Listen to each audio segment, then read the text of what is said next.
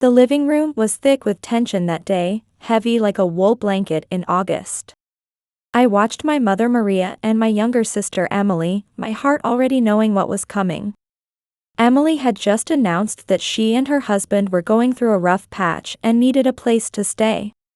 My mother's face lit up like a child's on Christmas morning, her eyes sparkling with an enthusiasm she rarely showed for anything I did. She exclaimed that of course they could stay, wrapping Emily in a tight embrace and declaring she would make room for them, no questions asked. My heart sank like a stone in a deep well, the weight of years of similar moments pressing down on me. This was our home, the modest two-bedroom house I had worked so hard to maintain, paying half of every bill with the money I earned. But as always, my needs were an afterthought, pushed aside like yesterday's newspaper. I tried to keep my voice steady as I asked if we could talk about this. Mom dismissed me with a wave of her hand, saying she was too busy preparing the guest room for Emily and Nicholas. Emily gave me that smile I knew too well, the one that said she was enjoying her special treatment. I felt my fists clench involuntarily, anger bubbling up inside me like water in a pot about to boil over. My voice rose as I protested that this wasn't just her decision to make. I reminded her that I lived there too, and they couldn't just move in without any discussion. Maria turned to me, her face hardening like cement. She warned me to watch my tone, insisting that Emily was family and family comes first.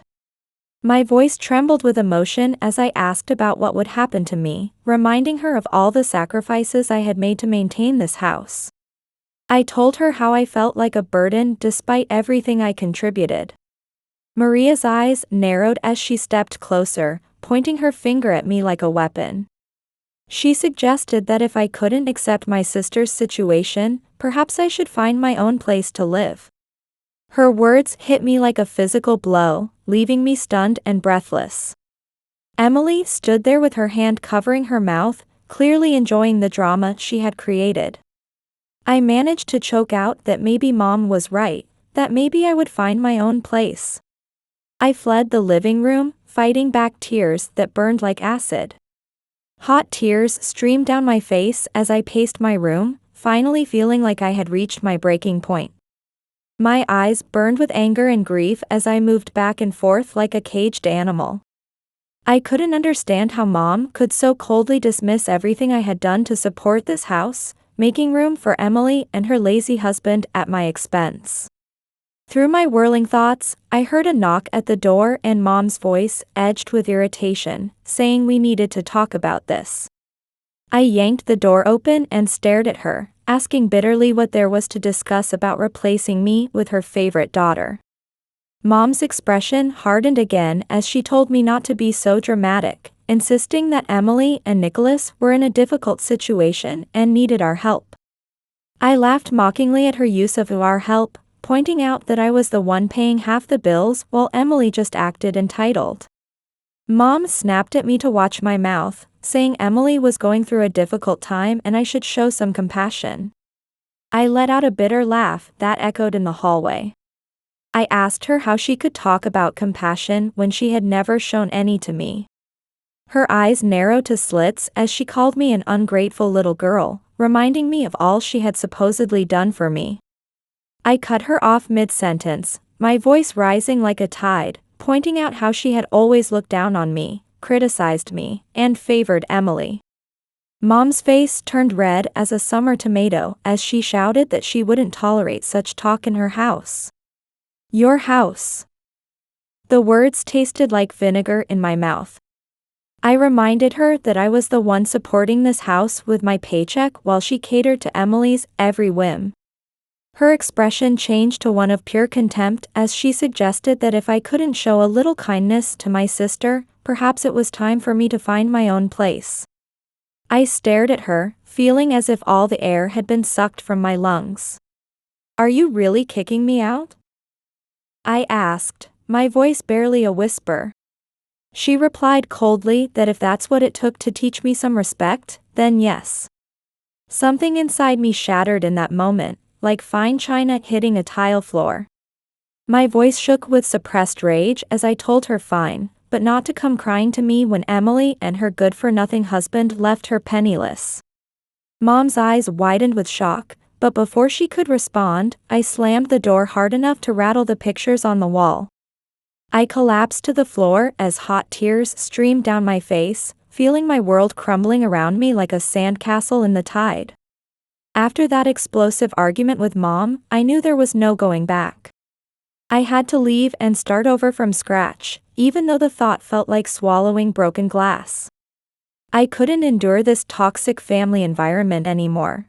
It was suffocating me like a thick fog. With trembling fingers, I called my best friend Vanessa, trying to keep my voice steady as I asked if I could stay with her for a while. I heard the concern in her voice as she immediately said yes, and asked what had happened. I told her it was a long story, releasing a shaky breath that seemed to carry the weight of years. I asked if I could come tonight and explain everything when I got there. Without hesitation, Vanessa assured me her home was always open to me. With Vanessa's support as my anchor, I began the grim task of packing my belongings. It was a depressing process, sorting through the fragments of my life in this house. This house I had fought so hard to maintain, only to be tossed aside like yesterday's garbage. As I folded clothes and packed personal items, memories washed over me like waves on a stormy beach. I remembered all the sacrifices I had made to keep this house running smoothly, like pieces of my life I had willingly given away. I thought about all the birthdays and holidays when my efforts went unnoticed while Mom doted on Emily like she was made of gold. Tears stung my eyes, but I blinked them back furiously. This wasn't the time to fall apart. I needed to be strong and forge a new path for myself, away from these toxic relationships that had been suffocating me for so long. A knock at the door made me jump, and I heard Nicholas, Emily's husband, calling out. I didn't want to deal with Nicholas and what would surely be his manipulative attempt at conversation. I called out sharply, asking what he wanted. He replied in that deceptively calm voice of his that he wanted to talk, saying there had been a misunderstanding. I let out a harsh laugh and yanked open the door, staring him down. I told him the only misunderstanding was them thinking they could hijack my life. Nicholas raised his hands in a placating gesture.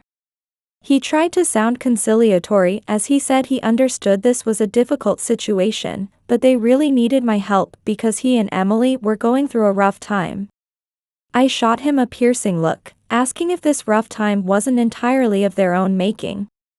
I told him not to try to make me responsible for their irresponsible actions.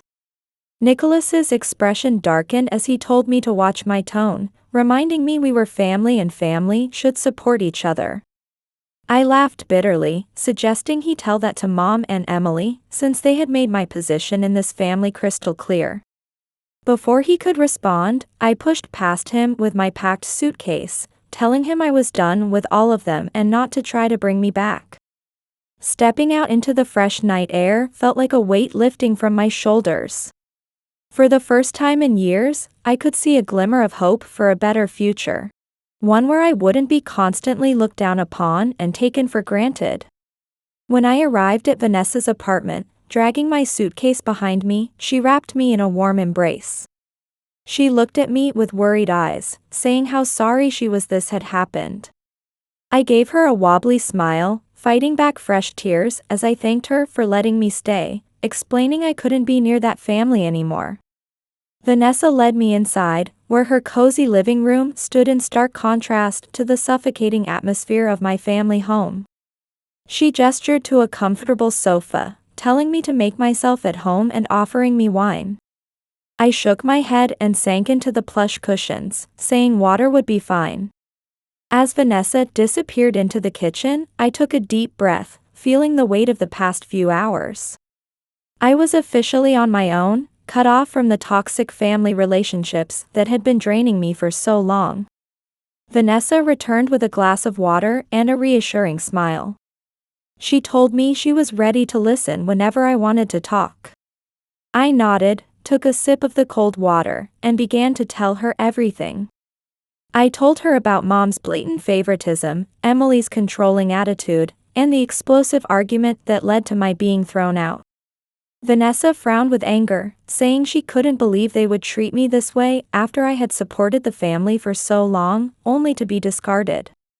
"You're right," I replied, my voice trembling with emotion, "but no matter how painful, I just can't take it anymore."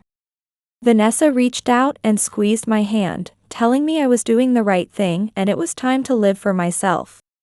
Her words struck a deep chord within me, igniting a spark of determination. For years, I had sacrificed my own happiness and well-being for a family that never appreciated me, but that life was over now. Over the next few days, I settled into Vanessa's guest room, slowly unpacking and rediscovering parts of myself that had been buried for so long. I decided to explore new hobbies, joining a local book club and taking beginner pottery classes. It was exhilarating to do something purely for my own enjoyment, without fear of family judgment or criticism.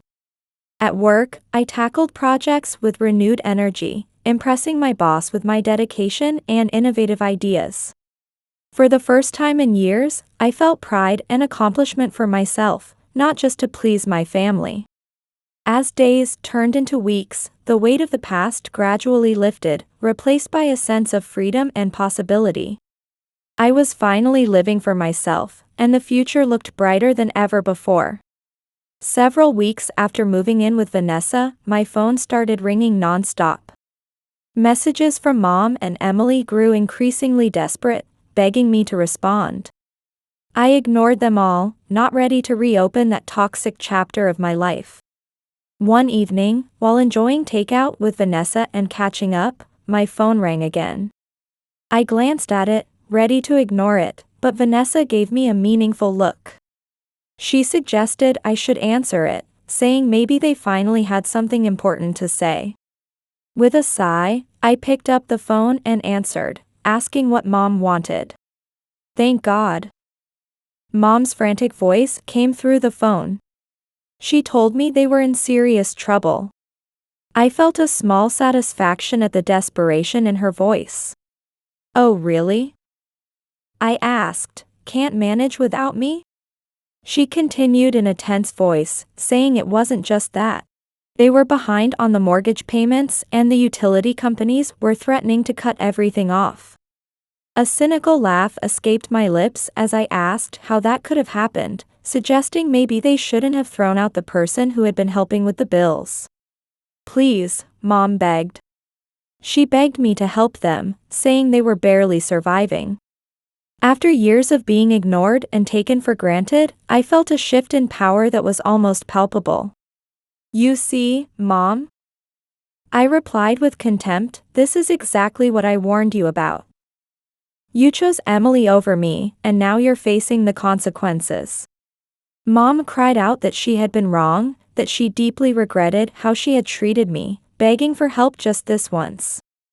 I could hear Emily's muffled sobs in the background, and for a moment, I felt a flicker of sympathy, but the pain of their betrayal was stronger.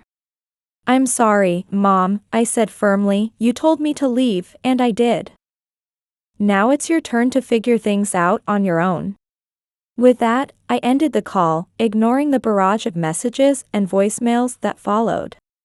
Vanessa looked at me with a mixture of concern and understanding, asking if I was okay.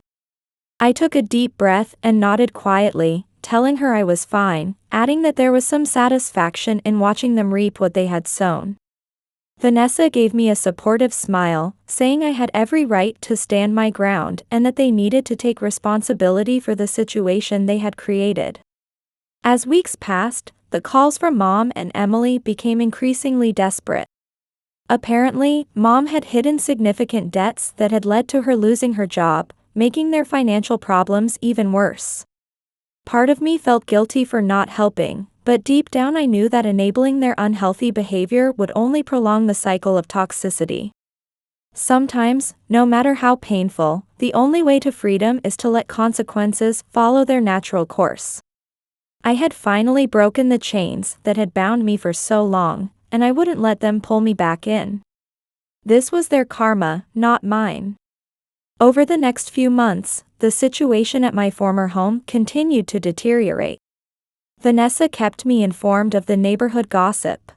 Unpaid bills piling up, debt collectors making frequent visits, and even rumors of Emily and Nicholas engaging in unsavory activities to make ends meet. I felt a twisted satisfaction watching their lives unravel. After years of being treated like a second-class citizen in my own home, seeing them reap the consequences of their actions felt like poetic justice.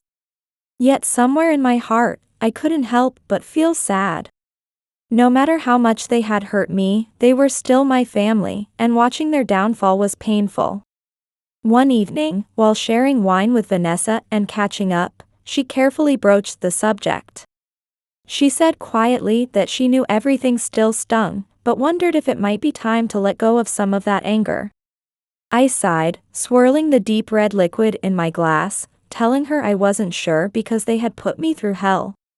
I told her part of me felt they deserved to suffer. Vanessa reached across the table and squeezed my hand, saying she understood, but warned that holding on to such bitterness would eventually poison me instead of them. Her words resonated deep within my soul. Yes, watching my family fall apart had brought some satisfaction, but was I really any better than them if I kept nurturing this hatred? When my phone vibrated during an important work presentation prep, I saw Mom's name on the screen. After a moment's hesitation, I answered. "Hello?" I said cautiously. Mom's voice came through like an emotional whisper, saying she didn't know where to begin. I braced myself for more excuses and manipulation. "I'm so sorry," she continued, her voice breaking with barely contained sobs. She admitted she had been a terrible mother and that I had deserved better treatment. My resolve wavered as she genuinely apologized and took full responsibility for the pain she had caused me. She acknowledged that she could never make up for how she had treated me. She begged for a chance to try, saying she would do anything to earn my forgiveness. Something shifted inside me in that moment. I had found satisfaction in watching her suffer, but I realized I was only hurting myself by holding on to these bitter feelings. "Mom," I said, my voice softer than I expected, "I can't pretend everything is okay." I was really hurt.